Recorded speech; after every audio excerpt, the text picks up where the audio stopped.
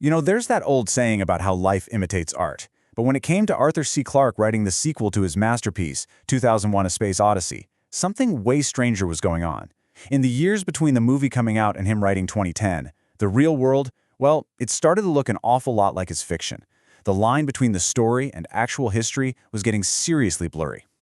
It really all kicks off with one of the most famous lines in the history of spaceflight. We all know it, right? From the Apollo 13 crisis back in 1970. But here's the crazy part. Just 2 years before that, in the movie 2001, what does the supercomputer HAL 9000 say? He tells astronaut Frank Poole, "I'm sorry to interrupt the festivities, but we have a problem." Chilling, right? And trust me, it gets even weirder. The actual command module for Apollo 13, its name was Odyssey. And just before that real-life explosion happened, you know what the crew was listening to? The theme music from the movie. It got so strange that the head of NASA actually sent Arthur C. Clarke the mission report, and he wrote on it, "Just as you always said it would be, Arthur." It's like the universe was writing the script. Okay, now fast forward almost a decade and it happens again. Remember that incredible scene in 2001 where the astronaut is jogging around the inside of that huge spinning centrifuge on the spaceship? Well, the crew on America's first space station, Skylab, they looked around one day and realized the big storage tanks on their station formed a similar ring. So what did they do? They tried running around it, just like in the movie, and it totally worked. They even filmed it and beamed it back to Earth with the message, "Tell Stanley Kubrick to get a load of this." But this next one, this is probably the most bizarre parallel of all. It's about Saturn's moon Iapetus. In the book, 2001, the astronaut Dave Bowman finds this huge, perfect white oval on the moon's surface, and right in the middle there's a tiny black spot, the Monolith.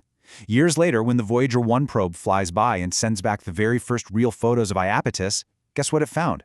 A giant white oval with a small black spot in the middle. I mean, come on. All these unbelievable events created this surreal backdrop for the sequel, 2010, where fiction and reality had already started to feel like the same thing.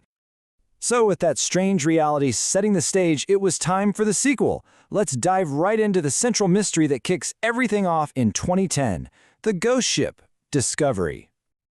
Okay, picture this. 9 long years have passed since the disaster of that first mission. The most advanced spaceship ever built, the USS Discovery, is now just a derelict, tumbling silently through space, caught in orbit between Jupiter and its moon Io. It's become a billion-dollar tombstone, and it's holding all the secrets to what went wrong. And you better believe humanity is desperate for answers. Why did the supposedly perfect HAL 9000 computer suddenly go rogue and start killing the crew? What really happened to Frank Poole? And the biggest question of all, what in the world happened to Commander Dave Bowman after he flew into that giant black monolith that's also just hanging out there orbiting Jupiter? This was it. This was his last cryptic message before he just vanished. My God, it's full of stars. That one line has haunted everyone for almost a decade. It's this profound mystery sitting right at the edge of what we know. Now, to solve a mystery like that, you gotta go back. But with the Cold War in full swing back on Earth, this mission would force old rivals into a very, very unlikely alliance. And as if things weren't tense enough, there's a new problem. A big one. Scientists figure out that the Discovery's orbit isn't as stable as they thought. The gravity from Jupiter and its supervolcanic moon Io are pulling it in, so now it's a race against the clock. If someone doesn't get there soon, that ship and every secret it holds are going to be completely destroyed. Here's the catch. The United States can't get their own rescue ship ready in time, but the Soviets, their ship, the Alexei Leonov, is ready to go right now. So in the thick of the Cold War, this unprecedented joint mission gets thrown together. You've got Americans and Soviets sharing a spaceship, including Dr. Heywood Floyd from the first mission, and, get this, Dr. Chandra, the guy who literally created HAL. Awkward. So, you have this incredibly complicated mission, this fragile alliance of old enemies, and then things get a whole lot more complicated. Completely out of the blue, a third player joins the game.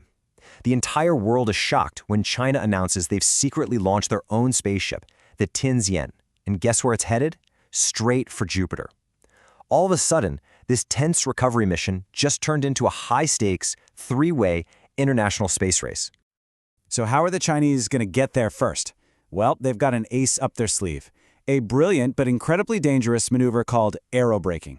See, instead of burning tons and tons of fuel to slow down when they get to Jupiter, they're planning to just skim the top of the planet's atmosphere, using the air itself like a giant brake. It's risky, but if it works, it saves them a ton of time. And their full plan is, well, it's just audacious. After they pull off that high-speed aerobrake, they're not even going straight for the Discovery. No, they're going to land on Europa, one of Jupiter's icy moons. Why?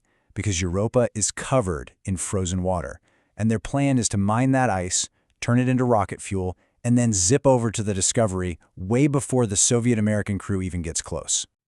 So, it seems like the race is over before it even began.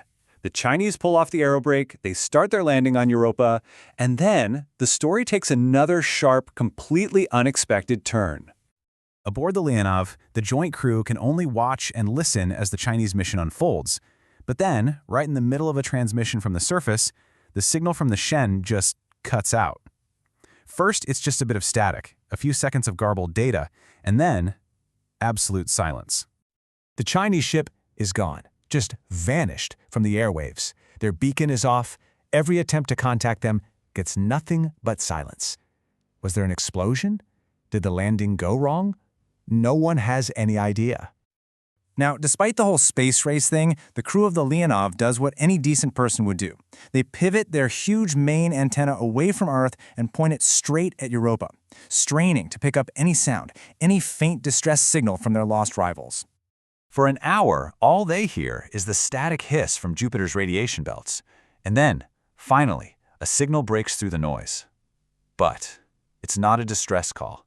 It's not in Chinese. It's a whisper, but it's human, and it is speaking perfect English.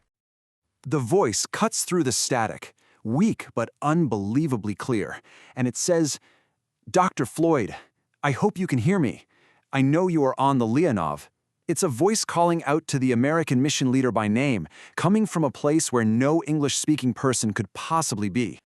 Think about it. The Chinese mission is gone. The only other humans in the entire Jovian system are right there on the Leonov. So the question that just changes everything, the mystery that hangs in the air is this: who is on Europa, and how in the universe do they know Dr. Floyd is there to hear them?